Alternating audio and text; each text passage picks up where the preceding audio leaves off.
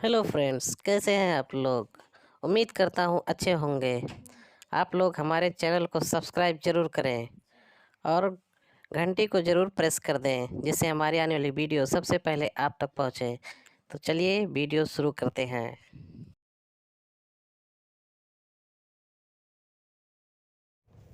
सुलेखा तालाब में नहा रही थी। इतने में दो तीन बदमाश लड़के उसके कपड़े लेकर भाग गए। सुलेखा चिल्लाती रही, अरे मेरे कपड़े लौटा दो। लेकिन तब तक सारे लड़के भाग गए थे, इसीलिए सुलेखा को आधे अधूरे कपड़ों में घर लौटना पड़ा। तालाब से घर थोड़ा दूर था, इसीलिए रास्ते से आते वक्त गांव के लोग सुलेखा को बुरी नजरों से देखने लगे। यार, ये कहाँ फंस गई मैं। पता नहीं क्या देखकर पापा ने इस गांव में मेरी शादी करवाई है। सुलेखा घर लौट गई और उसने अपने पति रमेश से कहा, आप घर में एक बाथरूम नहीं बना सकते हो क्या? मुझे हर रोज तालाब में नहाना पड़ता है।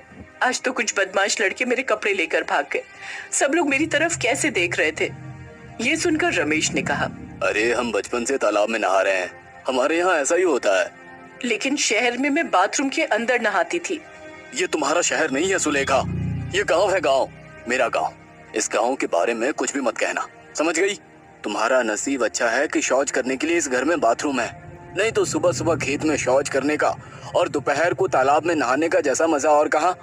सुलेखा ने और कुछ नहीं कहा, वो चुपचाप वहां से चली गई। सुलेखा के माता पिता गांव से हैं, लेकिन बहुत दिन हो गए वो लोग शहर में रहते हैं। उन दोनों को गांव बहुत अच्छा लगता है, इसीलिए उन लोगों ने सुलेखा की शादी गांव में ही करवाई है। सुलेखा की एक बहन है, उसका नाम सुपर्णा है। शादी से पहले सुपर्णा ने सुलेखा से कहा था, दीदी, गांव में शादी तो कर रही है, लेकिन वहां नहाने धोने में बहुत मुश्किलें होती हैं। पता नहीं, पापा ने लड़का पसंद किया है, सब कुछ ठीक ठाक ही होगा। लेकिन सुलेखा को अभी पता चल रहा है कि सुपर्णा सही कह रही थी। सुलेखा ने सुपर्णा को कॉल किया, हेलो दीदी, कैसी है? बहुत बुरी। क्यों, क्या हुआ? सुलेखा रोने लगी, यार कुछ भी ठीक नहीं है सुलेखा। सुबह शौच करने के लिए 10 मिनट दूर तालाब से धोने का पानी लाना पड़ता है। तालाब में सबके सामने खुले में नहाना पड़ता है। मैं से यहाँ नहीं रह सकती बहन, मुझे बचा ले। समझ गई, ठीक है दीदी, मैं कल ही मम्मी पापा को लेकर वहां आ रही हूँ, तो चिंता मत कर। सुलेखा ने फोन रख दिया। अगले दिन सुपर्णा अपने माता पिता को लेकर सुलेखा के घर पर चली आई। सुलेखा के सास ससुर ने उनका बहुत आदर किया। अरे आइए आइए जायसवाल साहब, कैसा लग रहा है हमारा गांव? बहुत अच्छा, गांव का मजा ही कुछ और है। हाँ, ये आपने सही कहा। कल तालाब देखने जाऊंगा मैं, कितने दिन हो गए तालाब में नहीं नहाया। बाथरूम में नहाते नहाते बोर हो गया हूँ। वो लोग आपस में हंसी मजाक करने लगे। सुलेखा ने सुपर्णा और अपनी माँ देवकी को अपने कमरे में बुलाया और सब कुछ खुलकर कहा। देवकी ने कहा, अरे कुछ ही दिनों में इन सब चीजों की आदत लग जाएगी, तू चिंता मत कर। सुलेखा ने सोचा था कि मम्मी पापा को ये सब बताने से वो कुछ हल निकालेंगे, लेकिन वैसा कुछ भी नहीं हुआ। अगले दिन दोपहर को नहाने का समय आ गया।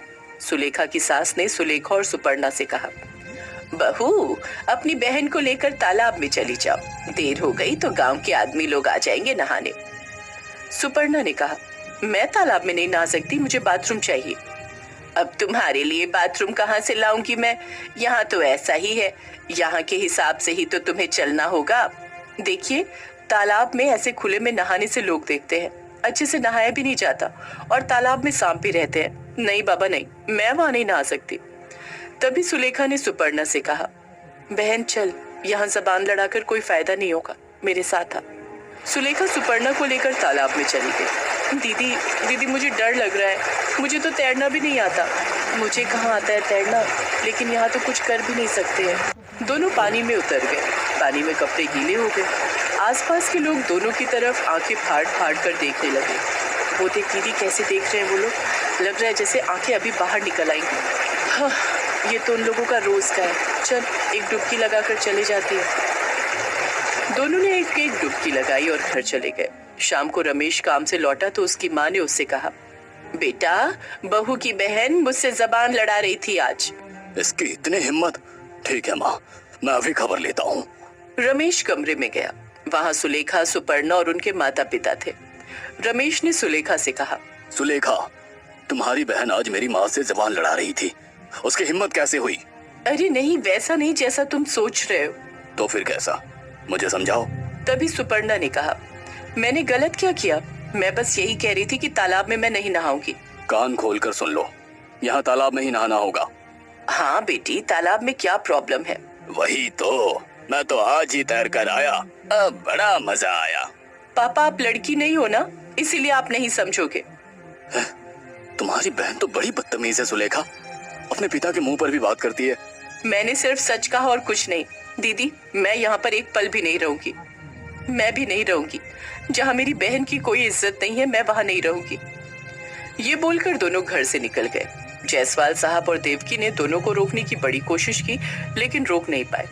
वो दोनों मायके चले गए। जायसवाल साहब और देवकी क्षमा मांगने के लिए वहीं पर रह गए। समझे जी, मैं इस बर्ताव के लिए शर्मिंदा हूँ। हमारी लड़कियों ने ये ठीक नहीं किया। अरे कोई बात नहीं, बच्चे हैं, समझ जाएंगे।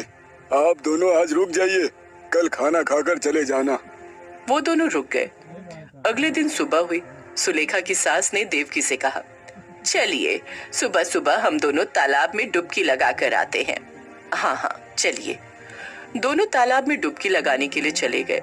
इतनी सुबह तालाब के आसपास कोई नहीं। बस वो दोनों कपड़े उतार कर तालाब में उतर गए। लेकिन तभी देवकी का कपड़ा पानी में बहते हुए तालाब के बीच में पहुंच गया। अरे, मेरा कपड़ा तालाब के बीच में पहुंच गया, अब क्या होगा? मुझे तो तैरना नहीं आता। मुझे भी नहीं। चलिए दोनों मिलकर कपड़े को लाने की कोशिश करते हैं। दोनों मिलकर कपड़े को लाने की कोशिश करने लगे और इसी कोशिश में दोनों तालाब के बीचों बीच पहुंच गए और डूबने लगे। बचाओ, मुझे बचाओ, मैं डूब रही हूँ। बचाओ, कोई तो बचाओ। दोनों पानी के साथ लड़ाई करने लगे और तभी वहां से एक मछुआरा जा रहा था। अरे वो तो डूब रहे हैं, मुझे उन्हें बचाना होगा। ये बोलकर उसने पानी में डुबकी लगाई और दोनों को उठाकर तालाब के बाहर ले आया। लेकिन तब तक दोनों बेहोश हो गए थे। दोनों को अस्पताल में भर्ती किया गया। खबर मिलने के बाद सुलेखा और सुपर्णा अस्पताल में आए। सभी बहुत टेंशन में थे। इतने में डॉक्टर साहब ओटी से निकले और उन्होंने कहा, देखिए, अभी के लिए खतरा टल गया है, दोनों को होश आ गया है, लेकिन आगे से ख्याल रखना होगा। तालाब के आसपास भी ये दोनों ना भटके, ये देखना होगा। सभी अंदर दोनों से मिलने गए। तभी सुपर्णा ने कहा, देखिए, इसीलिए मैं कह रही थी कि बाथरूम में नहाना चाहिए, वहाँ कोई खतरा नहीं है। हाँ बेटी, तू ही सही कह रही थी। हाँ सुनिए जी, आज ही नहाने के लिए बाथरूम बनाना शुरू कीजिए। ठीक है, मैं आज ही बंदोबस्त करता हूँ। और सुलेखा, सुपर्णा, मुझसे गलती हो गई है, मुझे माफ कर दो। सभी सुलेखा और सुपर्णा से माफी मांग लेते हैं। नहाने के लिए घर में बाथरूम बन जाता है और इसके बाद सभी खुशी खुशी रहने लगते हैं।